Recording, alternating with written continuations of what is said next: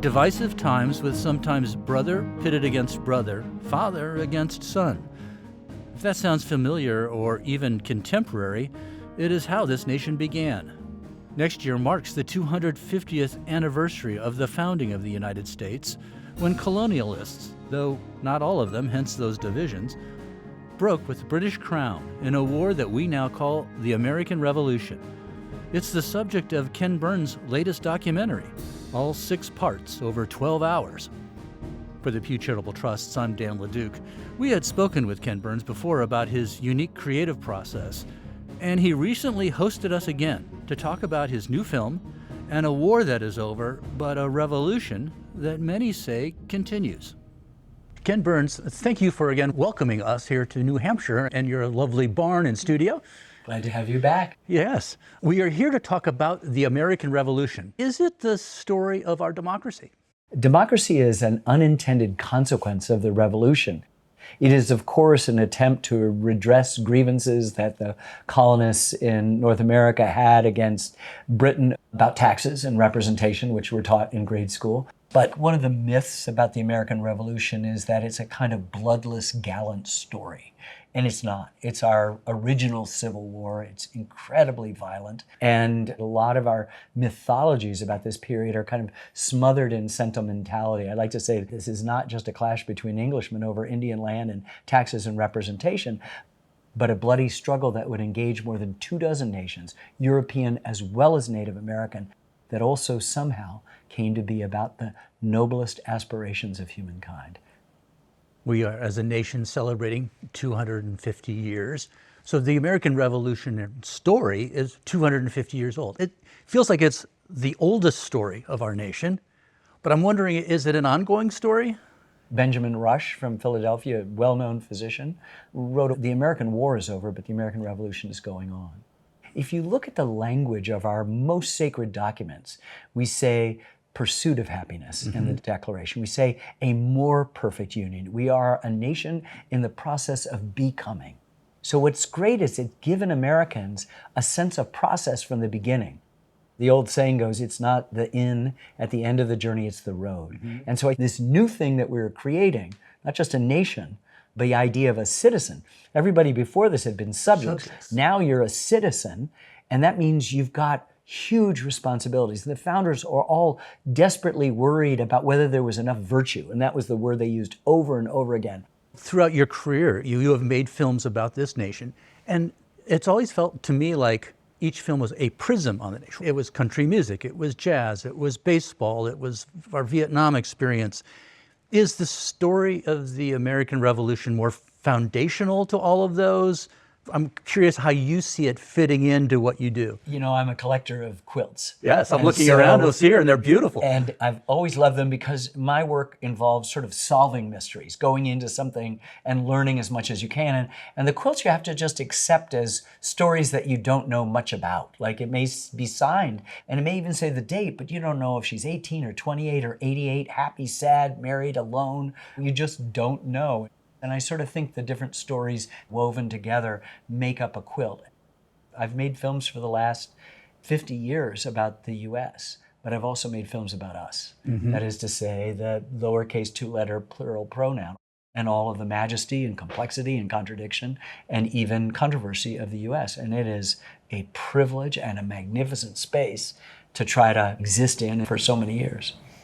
You have had this American focus. It's been brilliant through all of these prisms. Why that focus? What is it about the American story that draws you?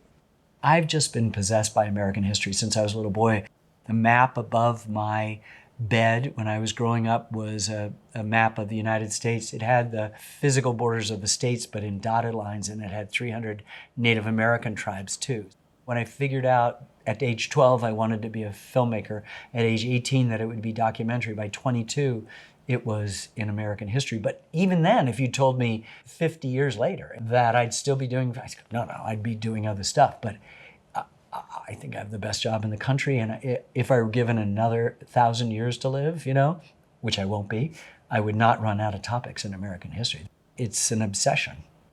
You've used the word virtues in our conversation already, and the description of the film that talks about it's the virtues and the contradictions of the war for independence. So if you were just going to list a couple of the virtues and contradictions, what are we talking about? The founders are anxious that we have an ideal based on Greek and Roman ideals of what virtue might be, what a good life lived might be. And at the same time, these are human beings, and they are subject to all of the sins that the flesh is heir to. And so even with somebody like George Washington, and our film is very clear from the get-go, we don't have a country without him.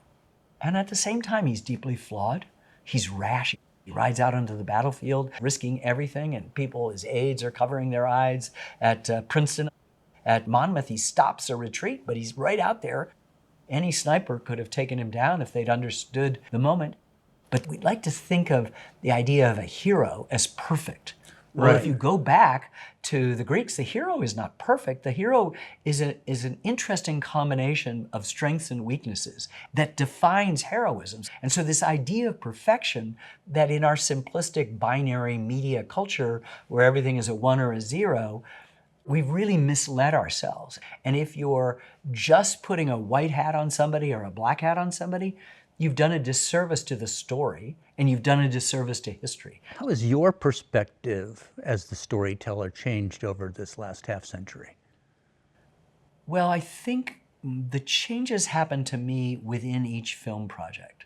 Within the American Revolution story, though, I'm still stunned at that it becomes this bloody, bloody civil war. There are changes of dominance between the British and their allies and the patriots in states in which it is so violent and so vicious. I mean, more British and Hessian troops were killed in kind of guerrilla actions like assassinations and ambushes than they were in any set battles. But of course, even within families, I mean, we can look at Ben Franklin and his son being the most obvious example, but that was told 1,000 times over. This is the most important thing, is that Civil War divides families. The brother against brother thing that got applied to the Civil War is so rare in the Civil War compared to what had happens in the Revolution.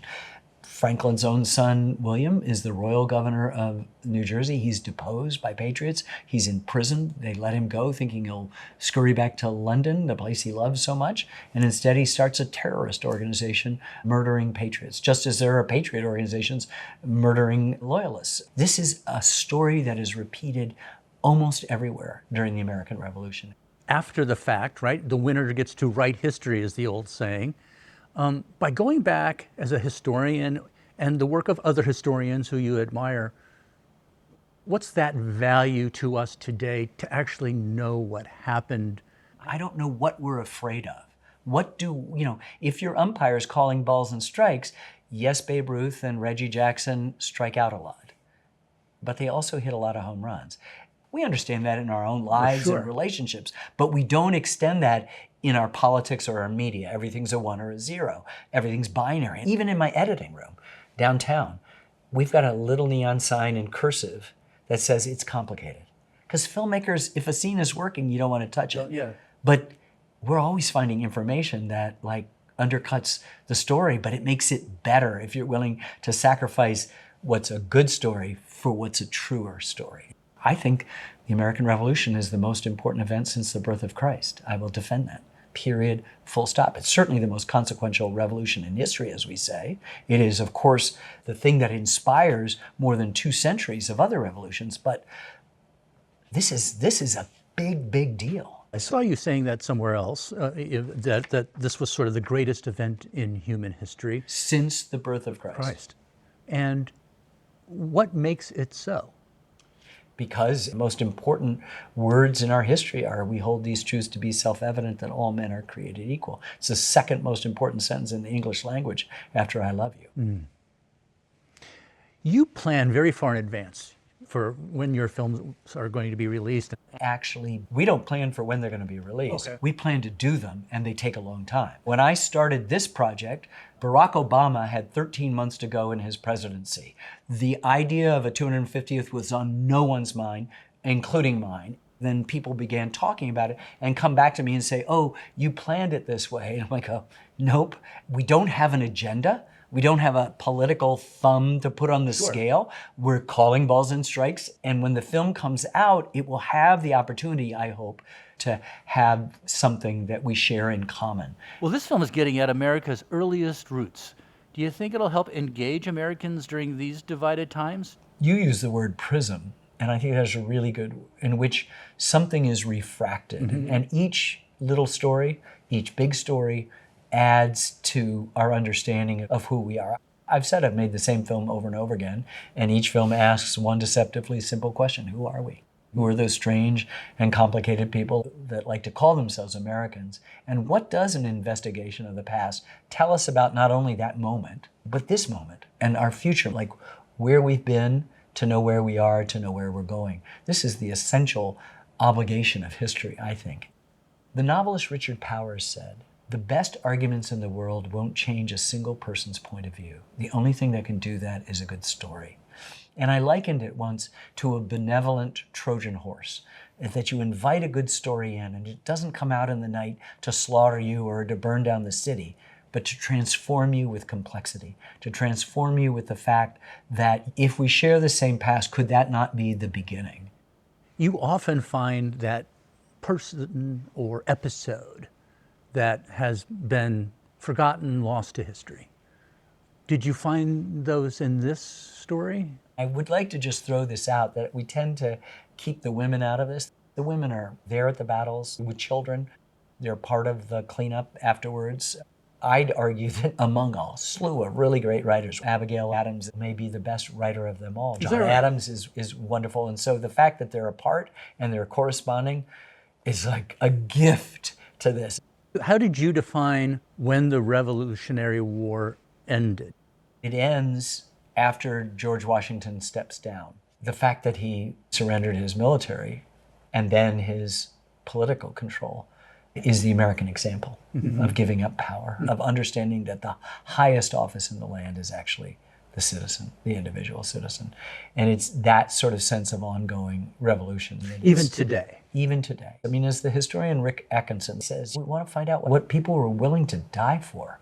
And that's the thing. You look at this and I hope people say, which side would I be on? It's perfectly understandable to be a loyalist. It says, I live under the greatest system of government on earth. True, the British constitutional monarchy. My prosperity, my education, my health is all tied in with that. Why would I want to change that for some radical idea, right? I mean, two ministers are talking in Boston and said, who would you rather be led by, a tyrant 3,000 miles away or 3,000 tyrants a mile away? You know, I mean, I like that. And that's a really good question at the time of the revolution, when there are mobs all around and they're tarring and feathering loyalists and representatives of the crown. And it's not a comical thing, tar and feathering. It's torture. It's torture. I mean, it's a complicated dynamic. And if you're going to share in the blessings of it, you got to be willing to stick through the whole story. As divided as we are, Americans seem to agree on one thing, which is 3/4 of us say that this nation used to be a good example of democracy and isn't. Is that thread actually, though, throughout our history? I think this sense of the possibilities of us ebbs and wanes, and right now it's low. There's something extraordinarily unique about our possibilities, about our story. Lincoln knew it. He said, if destruction be our lot, we must ourselves be its author and finisher. As a nation of free men, we must live through all time or die by suicide. So there's it. The gauntlet's down right there. It's really our responsibility to take the messages that issued from our founding. That's what the Gettysburg Address is. It's 2.0. Look, we really do mean all men are created equal. To Jefferson's, and Lincoln helped expand that. And so our job is to continually expand that definition, not to shrink it back. Your films have always had an ongoing life also and with young people in schools and things. And you've talked about this film as being something you hope will engage young people and get them to appreciate what we've inherited. How does it do that, and how would you encourage that? Usually about a year out from the finish or the broadcast of a film, we begin to think about educational outreach. And the interesting thing about this is that we began to think about the educational outreach about 4 years out. And began to work earnestly. So we've done that for each film, but it's more robust here because I think the stakes are higher. Not because things are so dire, but because it's really important to get our origin story right. And people say, who's this for? And you go, everybody. Yeah. You know, why? Yeah. I mean, isn't a good story for everybody? Right, Like a right. good joke? Right, You know, right. Mark Twain said, it's not that the world is filled with fools, it's just that lightning isn't distributed right. And I mean, that will be funny for as long as there are human beings, and everybody gets it. It doesn't matter, you know, which side of the political divide you're on. That's just funny. And that's what you look for, the thing that we share in common. I've always remembered this little exchange where Elizabeth Willing Powell, Yeah. the Philadelphia socialite, asked Benjamin Franklin, well, what have we got? Elizabeth Willing Powell is a leading lady of Philadelphia. There's not one thing in the Constitution that gives her any rights. But she asked Franklin, what have you created, Dr. Franklin, a monarchy or a republic? And he says, a republic, if you can keep it. And it's really, really an important thing. It's the way he says it that means that there's an obligation that each and every one of us has to understand it, to not just sort of say, oh yeah, I get it, I'm freed, I can do this, I'm an American, to in a sort of knee-jerk, and then to take it upon yourself, not, you know, Dwayne also said, nothing so needs reforming as other people's habits, you know? And so, and not presume that the activity has to be by your neighbor. You've got to assume the responsibility for citizenship and then move it forward. How do you advance the citizenship? Mm-hmm. Hey, look, we're all in this together. You have been telling this story about this nation for a half century. So, storyteller, have you developed your conclusions or any prognostications about this subject matter, this nation of ours? There are no conclusions, because conclusions would mean that we were over and done with. There are no prognostications, because historians, even amateur ones, which I am, make lousy seers. But there is a sense of potentiality that is so moving and sometimes really exhilarating that you can feel suffused throughout the story of the revolution.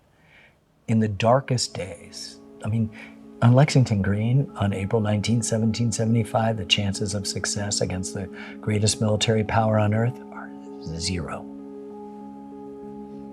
6 years later, 6.5 years later, it's 100%. I like the story of how that 0 goes to 100%. And we're still in that realm of possibility. We still have it within our power to take the energy of the revolution, the best of it, and make it and shape it for ourselves and our posterity. And that's our biggest responsibility. And then we will, as Lincoln predicted, live through all time and not die by suicide. Ken Burns, thank you so much. Thank you. The American Revolution premieres on PBS, running from November 16th through the 21st. And on November 24th, PBS airs a special with Ken Burns and others at the National Constitution Center in Philadelphia called A More Perfect Union, a discussion of America's founding ideals and virtues and how they can inspire civic and civil conversations today. You can learn more about all of that and listen to our previous conversation about Ken Burns' creative process at pew.org/afterthefact. For the Pew Charitable Trusts, I'm Dan LeDuc, and this is After the Fact.